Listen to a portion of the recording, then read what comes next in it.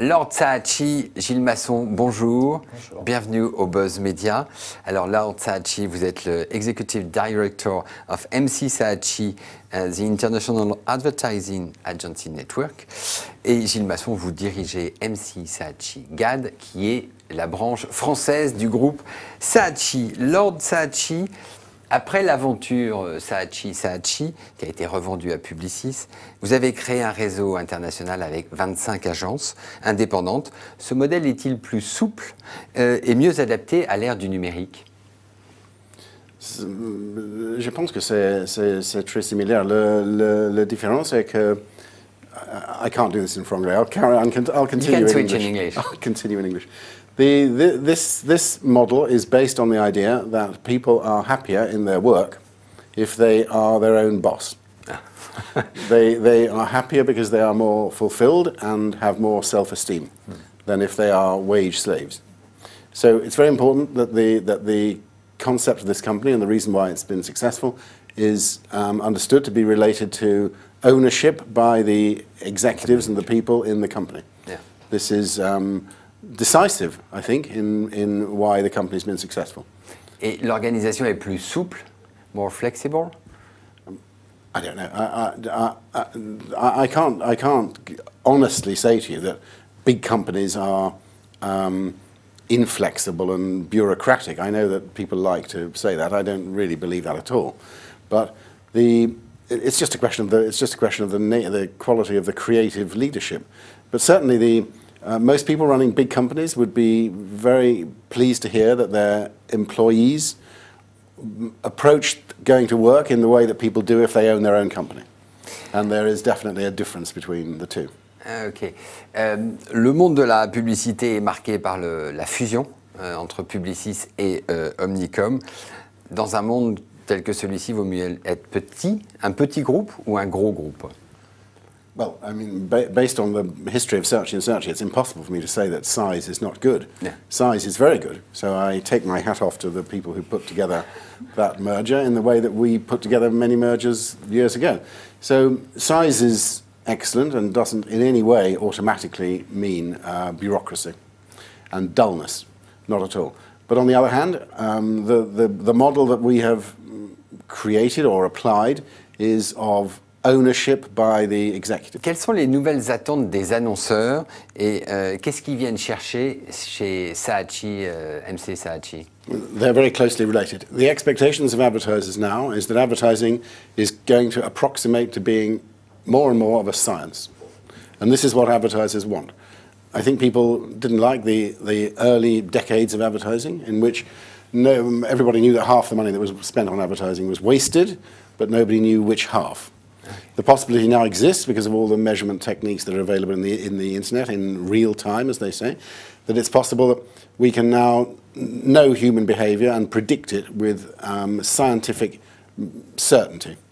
And this, for advertisers, is of course a dream. This is wonderful. So there are two things I'd say about that, and it relates very closely to M&C Saatchi. Firstly, it's not definite at all that human behavior can be predicted in a scientific manner. Only because, as all your viewers will know, human beings are very complicated indeed.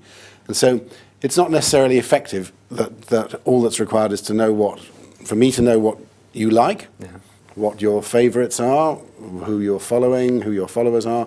It's not necessarily the case that from knowing all that I can predict your behavior. If that was true, that would be wonderful. But it's probably unlikely, but very seductive, because we all want to be accountable. How can anybody resist accountability? That would be irresponsible. Everybody must want the facts. So it's irresistible. Yeah. And the answer to your first part of that question is that this is the current obsession of the advertising industry. Where does it lead? It may lead, and this relates very much to our company, it may lead, I'm just pointing out a danger. The drive for quantification could lead to standardization and to conformity. And this, I think, is a serious danger. There are many people, I'm sure, who have said to you that the advertising industry has already arrived as a commodity market. The media world already is, in effect, a commodity market. The only people who can save them from that, here we are, you see.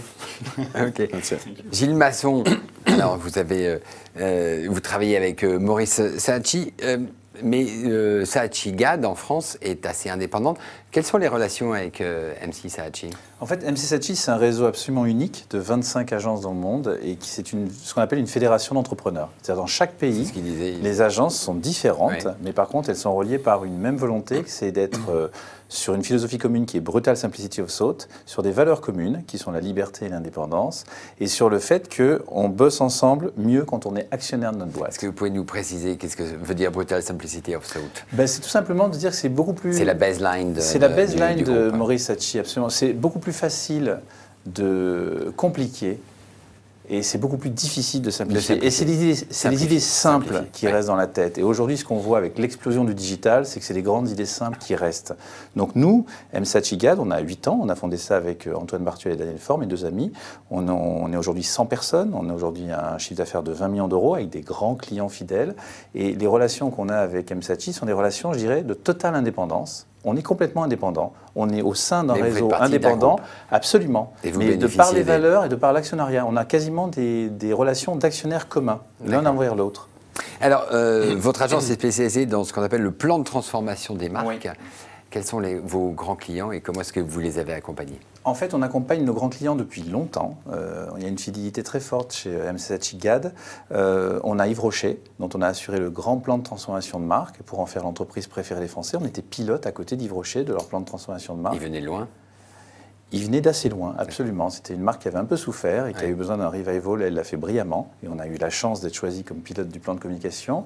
On a travaillé pour la Banque Postale, qui n'était pas née, qui s'appelait les services financiers de la Poste. Et on en a fait la banque la plus essentielle en France, la banque préférée, avec aujourd'hui une plateforme qui est banque et citoyenne, qui donne beaucoup de sens à leur travail. On travaille beaucoup pour Pernod Ricard, notamment avec Havana Club, où on a eu le Grand Prix du Brand Content et le Grand Prix EuroFI. On essaie de faire vraiment des choses qui sont totalement du registre de l'anti-commodities et de la créativité, avec le film qu'on a produit, le long métrage. Et on vient de gagner Mini.